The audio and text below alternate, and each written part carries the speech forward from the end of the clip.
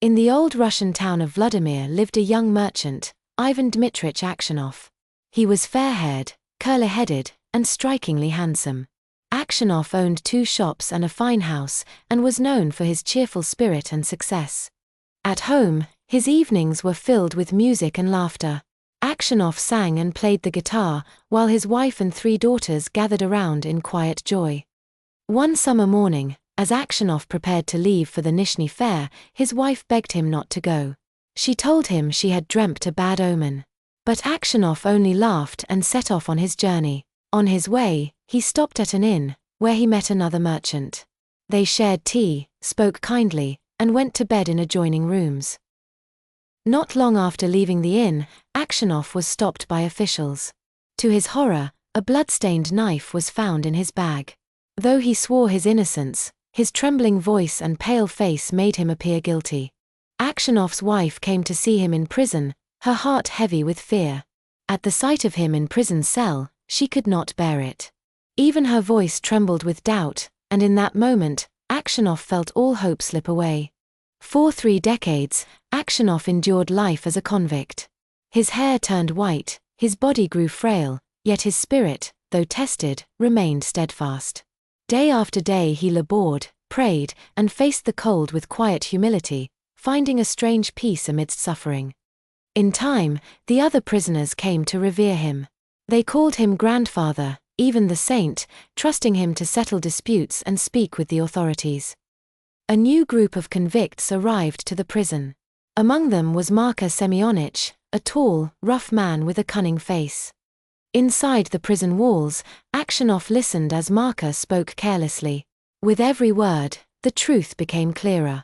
Marko knew things only the real murderer could know.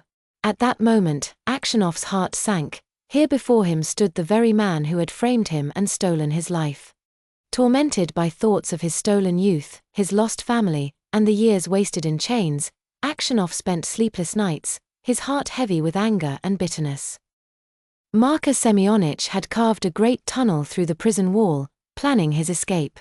He threatened to kill Aksionov if he revealed the secret. But the old man only looked back with calm sorrow and whispered, "You killed me long ago." Soon after, the guards discovered the tunnel. When they asked who had dug it, Aksionov had the chance to point to Marko and take his revenge. For a moment, he struggled between anger and forgiveness.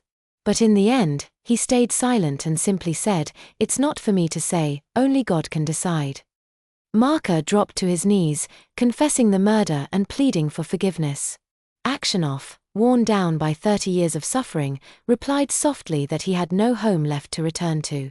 "God will forgive you," he whispered.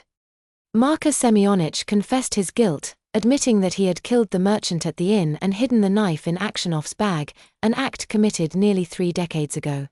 An order for Aksionov's release finally came, but before freedom could reach him, he drew his last breath within the prison walls, at peace, having forgiven. Aksionov's story reveals the imperfection of human justice, where the innocent may endure suffering while the guilty go unpunished. Yet its deeper message transcends worldly justice. Through patience, humility, and forgiveness, one can attain spiritual peace.